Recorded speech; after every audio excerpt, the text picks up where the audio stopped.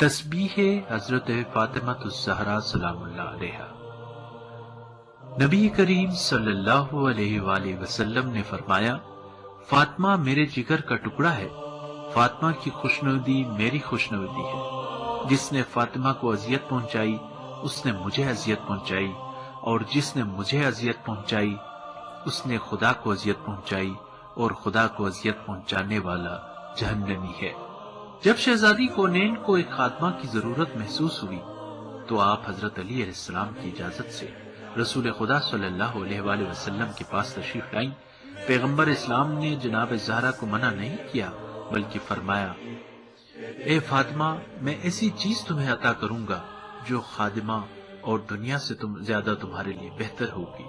اس کے بعد فرمایا، اے میری پارہ جگر، نماز کے بعد 34 مرتبہ اللہ اکبر، 33 مرتبہ